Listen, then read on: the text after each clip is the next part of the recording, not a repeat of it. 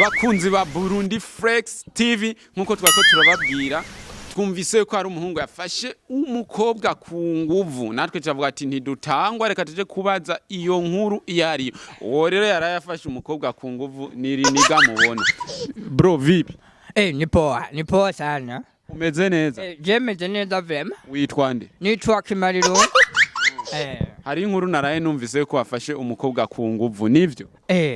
Jewe none gufata ku nguvu. Gufata ku nguvu none nk'ubu ndagufashe ngaha. Uko ni ku nguvu. Ku nguvu ni he? Ni gufata ku nguvu nye. Nakumva. Gufata ku nguvu urumva gufata ku nguvu ni gufata ikintu ku nguvu. Gerageza unsigurire ku nguvu keskiriya ku nguvu. None we ntavyo taho. Oya vrema ntabyo ntahura nubwo bontwara kwikomine no babwira. None ku nguvu nihe? Abantu ko muwereka bafunga ngo bafashe ku nguvu. None ku nguvu nihe? Ku nguvu nihumvikana ku nguvu nyene. Ibyo bintu ntago ndabizi je nta muntu nafashe ku nguvu vrema.